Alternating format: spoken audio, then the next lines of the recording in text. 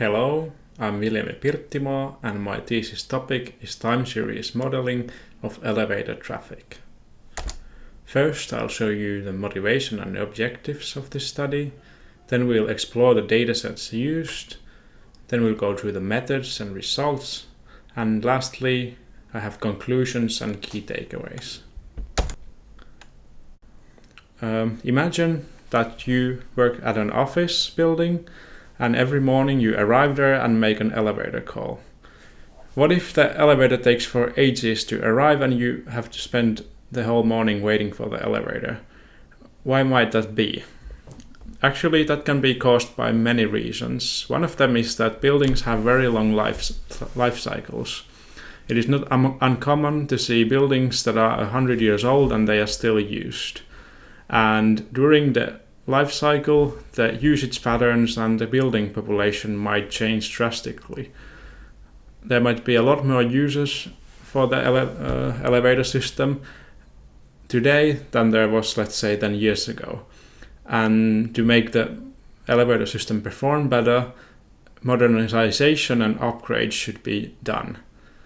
But sometimes the poor performance can be explained by a lot simpler reasons, like let's say there was just a routine service done to the elevators and by accident one of the elevators was left to a wrong operating mode, which causes poor performance. And the thing is, today these kind of situations take quite a long time to handle. It all starts from the user. You get annoyed that why is this so slow? You complain to the building owner, and then the building owner complains to the people who sold him the elevators, and then the people who sell the elevators complain to the engineering department. And only then, maybe after many months from when the issues began, the problem can be actually investigated and possibly solved. And the objective of this thesis is to streamline this process. And how to achieve this is to use past data and make long-term forecasts. And this way, it could be predicted that in the following years, the elevator system's capacity will be reached and problems may arise. And this way, the upgrades can be planned well in advance and they can be implemented, let's say, during the summer holidays, when it doesn't impact the usage of the elevators so much. Another issue is when you make the modernization, you of course want to know that what did it do? How much did the situation improve? But it can be difficult as there's very strong seasonality in elevator traffic. During the summer holidays, people are not in the office and there's a lot less traffic, and which can make comparisons difficult. Let's say you modernize the elevators in spring, and then when the modernization is done in summer, you compare the traffic before and after the modernization, but you have no idea if the improvement is just caused by the low amount of traffic or if the upgrades actually worked. And if the seasonality can be modeled, then it can be subtracted out and the comparisons become a lot more clear. And the third objective is to detect anomalies automatically. This way, the engineering department could be notified as soon as something happens, and there wouldn't be that maybe multiple month delay from when the problem started and when it gets investigated and possibly solved. This way, if the elevator is left to a wrong operating mode, the algorithm probably notices that the performance is poor in maybe 1 day's time, and the next day the issue could be solved and the end user wouldn't even notice it. And now let's explore the datasets used in this thesis. First, a couple of important elevator-specific terms: landing calls and destination control system, or DCS calls. Landing calls are basically your traditional elevator calls where you go to the elevator lobby and you push the up or down button, and wait for the elevator to arrive, go in the elevator car, and then choose which is your destination floor. This is something that everyone is familiar with. But then DCS calls is a bit more advanced system. There you go to the elevator lobby and you see a touchscreen device usually, and you use that to choose your destination floor already in the elevator lobby. Then the device tells you that you take the elevator B, for example. You wait for the elevator to arrive, and then you just walk into the elevator car. And as you already told the elevator which floor you want to go to, you don't have to push any buttons inside the elevator car. It's already, the call is made for you. And the metrics we model in this thesis is the number of landing and DCS calls per day, but in addition we model call time, waiting time, and time to destination. Call time is the time from when you push the button, up or down button in the elevator lobby till the elevator arrives to pick you up. Waiting time is a very similar metric for the destination calls. It is the time from when you choose your destination floor till the elevator arrives to pick you up. And then time to destination is the time from when you choose your destination floor till you have actually arrived to the floor you want to go to. So it includes the waiting time. Here is the landing call data. As you can see, it starts from 2013, maybe in the middle of 2013, and it goes all the way to the middle of 2020. And as you can see, for example, in 2014, there's a very large gap in the data, and there are some smaller gaps as well. And those were caused by human and technical errors, and those are unfortunate, but this is real life data, so those things happen. And some methods require complete data, and for those methods, imputed values were used. That is, they were estimated based on the surrounding data, and the missing values were replaced by the estimates.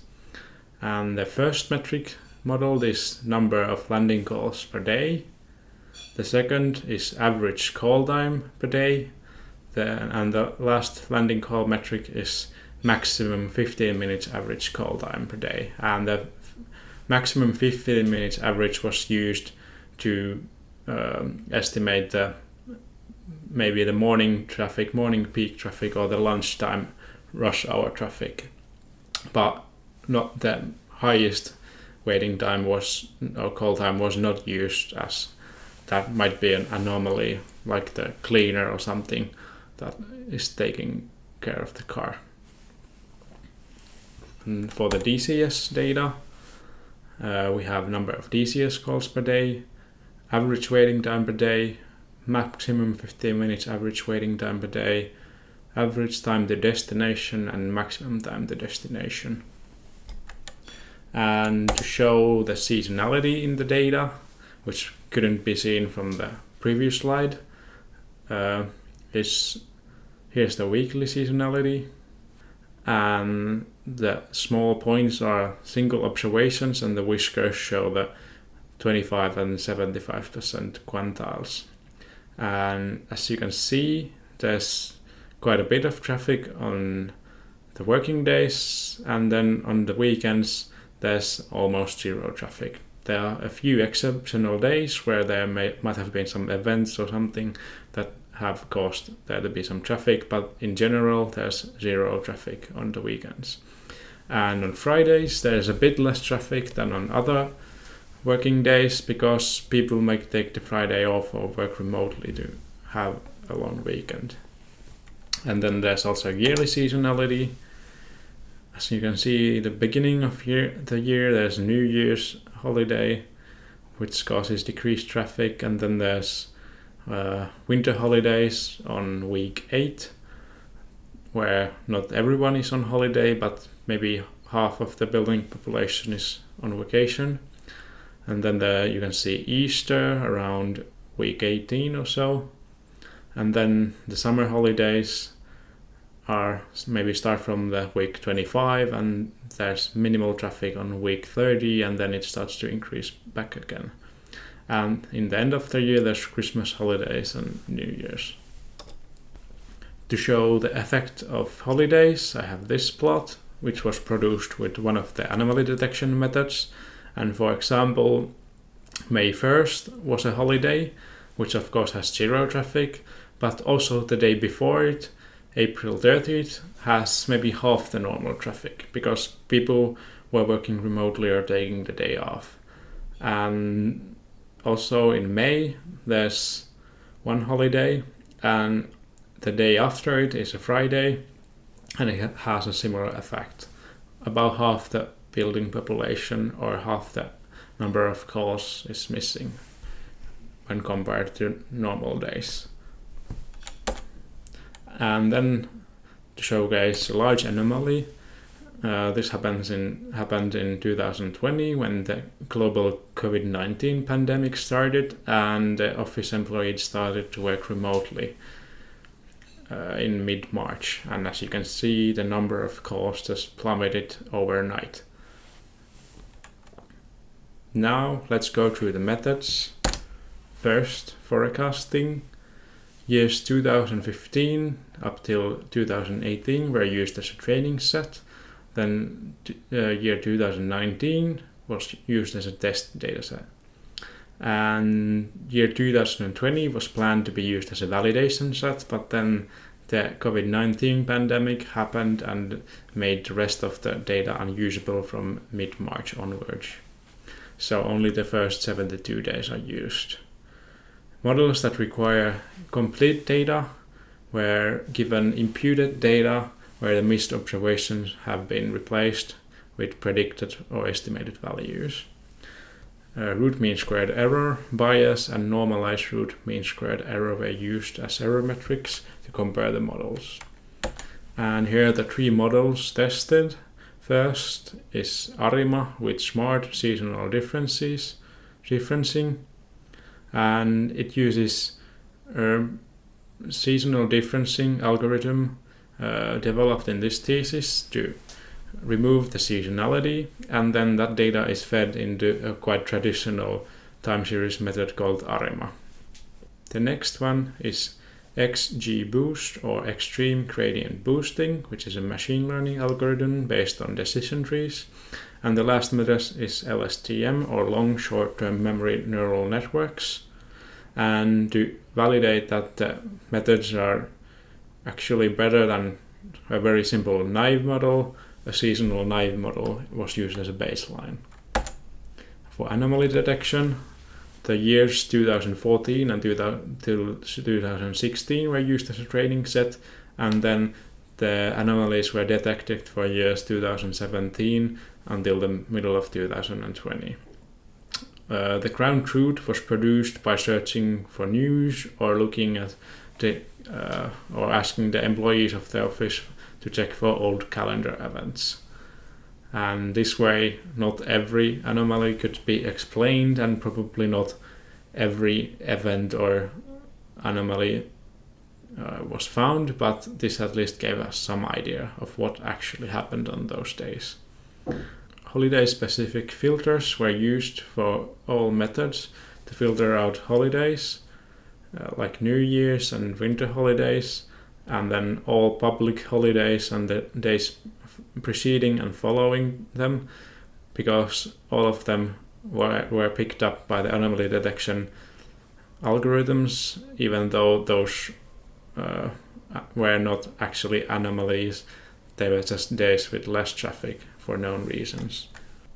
The methods used for anomaly detection were rolling average and standard deviation, which is basically that if any observation is not within about 2 standard deviation of the rolling average, it is probably an anomaly. And to account for the weekly seasonality, the rolling average was calculated for, let's say, for example, a Monday. It was calculated based on the preceding and following Mondays. And the same window was, of course, used for the standard deviation as well. The second method was Twitter's anomaly detection R package, which is an open source anomaly detection software developed by Twitter. And the last method used was actually the same method used, or one of the methods used for forecasting. It was the ARIMA with smart seasonal differencing, and it was simply just that if the observation was not inside the prediction intervals for a step ahead forecast, then it's an anomaly. And as said before, all methods required those holiday-based filters I discussed about earlier in the previous slide. And now I'll show you the results. First, forecasting. Here's an example of a forecast for the whole year 2019 produced with the LSTM model. And this is average time to destination. And as you can see, it matches the observed values pretty well. The green dots present the observed values and the blue line is the forecast. And as you can see, the residual errors are quite normally distributed and look quite good. And the residual error looks like white noise, which is a good sign that it's working correctly. Here's ARIMA with smart seasonal differencing. Here's a different dataset, average waiting time. But here as well, the forecast looks pretty good. There are a few peaks in March and May or April that were quite a bit higher than the observed values, but mostly the forecast is really good and the residual error is quite good. The values are a bit biased to be a bit low. The bias is 0.45 seconds, but that is very good. And here's extreme gradient boosting. This is number of calls, number of landing calls. And here again, the predictions follow the observed values really well.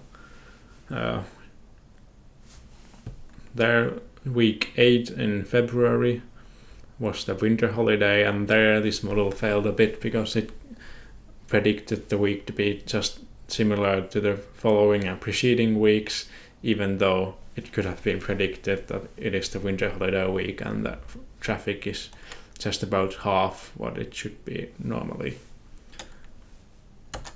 And this is the validation dataset 2020, where the COVID-19 pandemic happened. This was produced with LSTM, and of course the forecast continues as if nothing had happened, because it could not have known or predicted the COVID-19 pandemic based on data it was trained on, so it of course failed.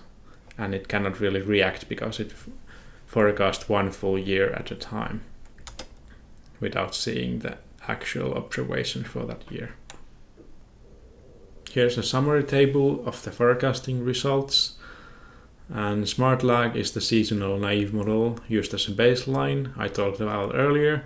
And for the test set, it actually performed the best, but this was likely due to year 2018 being very similar to 2019. So the SmartLag, or predicting this year's value to be the same as it was 1 year ago, worked pretty well. LSTM was the best performing method for the test set, but for the validation set, extreme gradient boosting performed the best. And based on these results, excluding the baseline model, I think extreme gradient boosting performed the best on average, as the validation set should be used for evaluation, but as it's so short, only 2.5 months or 3.5 months, it cannot really tell much about the performance in terms of yearly seasonality, so we need to look at the test set as well. But there the differences are so small that the extreme gradient boosting is just about as good as LSTM. And here's a comparison plot of all the methods for the year 2020 for the average time to destination, and this is shown just to show you how small the differences are. All the methods predicted just about similarly, and they follow the observations pretty well.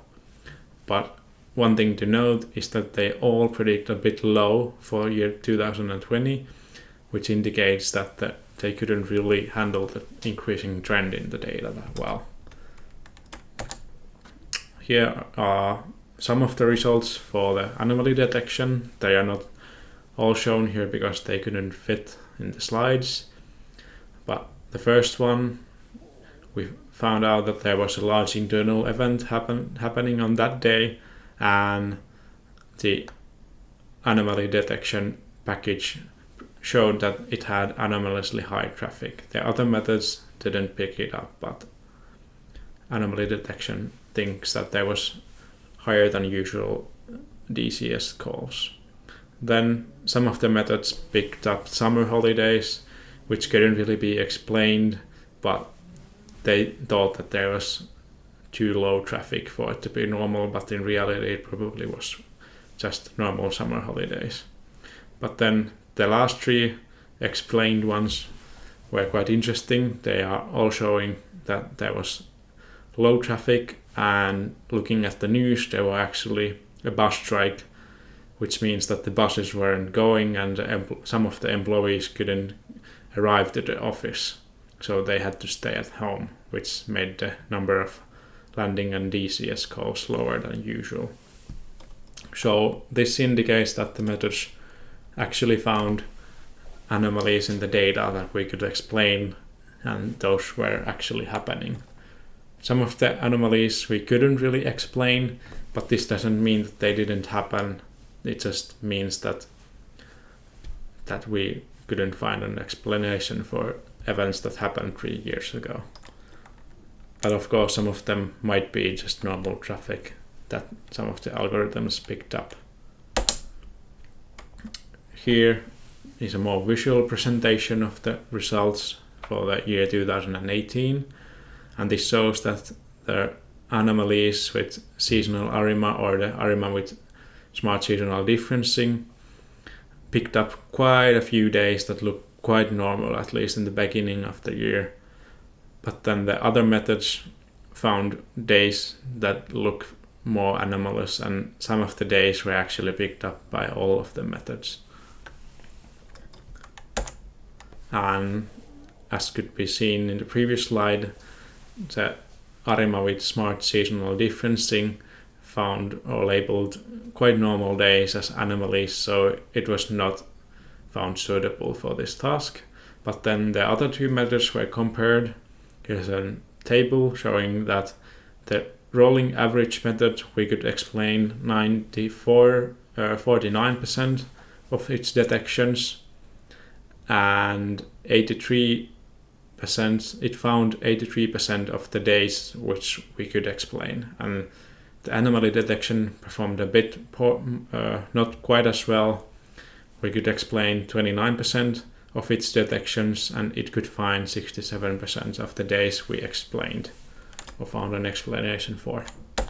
Now, to conclude the thesis, let's look back on the objectives.